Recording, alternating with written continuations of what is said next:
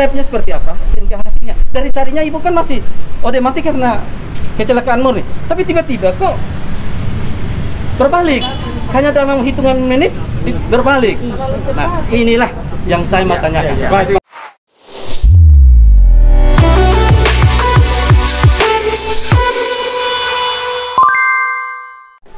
Sekitar pukul 11.30 waktu Indonesia Tengah, RF, bocah perempuan umur 7 tahun yang hendak menyeberang jalan di Jalan Trans Timur Tanah Merah, Desa Bau-Bau, Kecamatan Kupang Timur, Kabupaten Kupang, ditabrak mobil Avanza yang melintas di jalan itu dengan kecepatan tinggi.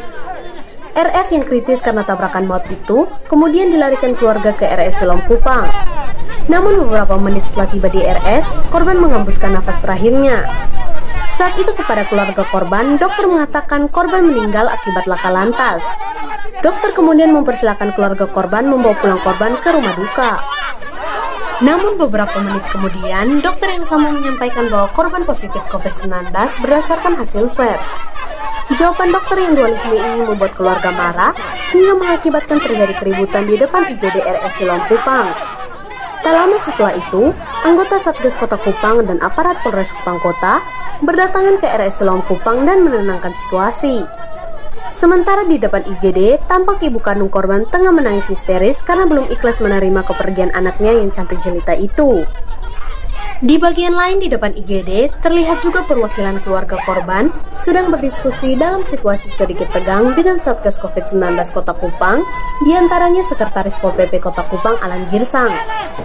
Girsang menganjurkan agar korban diurus mengikuti protokol COVID-19.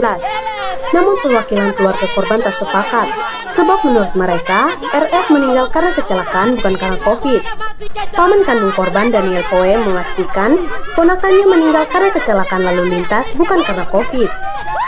Daniel sempat menemui dokter untuk meminta penjelasan dokter bagaimana kronologinya hingga ponakannya divonis terpapar COVID. Belum sempat mendapat penjelasan secara utuh dari dokter, di luar rumah sakit keluarganya telah membuat keributan. Keributan disebabkan oleh aksi nekat Marta Mesak, ibu kandung korban, yang menggendong jasad anaknya dari ruang IGD dan langsung berjalan kaki menuju mobil pick-up milik keluarganya yang diparkir di pinggir jalan di depan rumah sakit. Sementara keluarganya yang lain mengikutinya dari belakang. Tapi Marta bersama jasad dan keluarganya dihadang oleh sejumlah anggota polisi dari Polres Kupang Kota. Polisi kemudian meminta Marta dan keluarga bersabar agar korban dikremasi secara baik untuk kemudian dibawa pulang mengikuti protokol COVID-19. Namun Marta dan sanak saudaranya tak mau. Mereka tetap ngotot ingin segera membawa pulang jasad anaknya ke rumah mereka di Bau-Bau. Menghadapi kondisi ini, polisi tak patah semangat.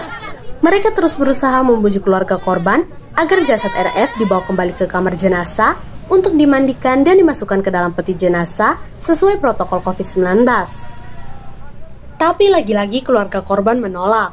Mereka tetap bertahan di halaman luar rumah sakit sambil menggendong jasad RF. Mereka pun menolak jasad RF dimandikan di Rumah Sakit Siloam Kupang. Wakapolres Kupang Kota bersama Kasat Sabara Polres Kupang Kota Ibtu David Neto serta Kasat Lantas Polres Kabupaten Kupang Ibtu Ilham dan Kapolsek Oibobo tampak terus membujuk keluarga korban untuk bersabar menunggu petunjuk pimpinan Satgas COVID-19 Provinsi NTT dan Kabupaten Kupang agar tepat tindakan yang diambil dalam kasus kematian RF. Karena almarhum adalah warga Kabupaten Kupang yang meninggal di wilayah Kota Kupang, maka menurut Ketua BPBD Kota Kupang Jimmy Didok, yang berhak menentukan almarhum dikubur di mana adalah kewenangan Satgas Provinsi NTT. Namun koordinasi yang dibangun oleh Jimmy Didok bersama jajaran Polres Kupang Kota tak membuahkan hasil. Karena itu, 2 jam kemudian, untuk kedua kalinya, keluarga korban kembali berusaha secara paksa membawa pulang jasad korban dengan mobil pick-up. Kali ini mereka sempat berhasil menerobos blokade polisi dan berjalan keluar dari halaman rumah sakit sekitar 50 meter. Tapi persis di depan kelontong es buah yang berada di seberang jalan depan RS Siloam, mereka dihadang oleh puluhan polisi muda dari Polres Kupang Kota. Di sini sekitar 20 menit terjadi dorong-mendorong antara aparat dengan keluarga korban. Karena kalah jumlah, akhirnya keluarga korban mengalah dan masuk kembali ke dalam halaman Rumah Sakit Siloam Kupang. Di sini polisi kembali berusaha bernegosiasi dengan keluarga korban agar korban dikremasi sesuai protokol COVID-19. Namun keluarga tetap menolak. Keluarga korban pun terus bertahan di halaman luar Rumah Sakit Siloam Kupang sambil menggendong jasad RF. Karena telah hilang sabar, ibu kandung korban sempat membuka penutup wajah anaknya yang penuh memar dan luka akibat kecelakaan, dan ia kemudian tunjukkan kepada polisi dan petugas COVID Kota Kupang sambil berkata, "Kalau kamu mau makan anak ini, ambil sudah. Keterlaluan kamu ini. Masa anak saya dibuat seperti ini? Kalau pejabat mati, kamu tidak persulit. Tapi kami rakyat kecil ini, kamu bikin banyak aturan. Dia, RF, ini bukan binatang. Tolong pengertian bapak-bapak. Dia ini meninggal karena kecelakaan, bukan karena COVID. Anak saya ini di-COVID-kan oleh rumah sakit. Karena anak saya tidak ada penyakit bawaan. Dia murni meninggal karena ditabrak mobil, Pak." Mendengar itu, Wakapolres Kupang Kota dan Kasat Lantas Polres Kabupaten Kupang kembali mendekati ibu korban dan berusaha menenangkannya. Namun ibu kandung korban tetap ringas. Ia bahkan satu kali berusaha ambil batu untuk lempar petugas COVID dan satu kali berusaha untuk bunuh diri. Tapi usahanya berhasil dihalangi oleh Kasat Lantas Polres Kabupaten Kupang. Tak lama kemudian, sebuah mobil double kabin masuk ke halaman rumah sakit dan di bak belakangnya terlihat ada sebuah peti jenazah ukuran untuk anak kecil. Saat itu pun Kasat Lantas Polres Kabupaten Kupang langsung memberitahu kepada keluarga korban untuk tenang karena peti jenazah telah tiba.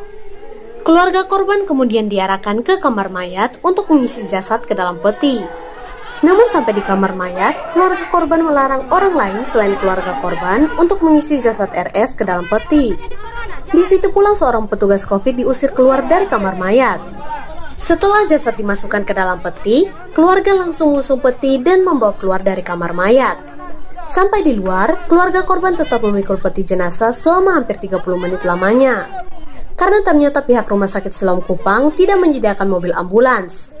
Karena itu, sempat terjadi perang mulut antara petugas COVID-19 Kota Kupang bagian penguburan jasad COVID-19 dengan pihak Rumah Sakit Siloam. Bahkan seorang anggota polisi juga ikut marah-marah karena Rumah Sakit Siloam tidak menyiapkan mobil ambulans. Ini rumah sakit atau apa, serganya?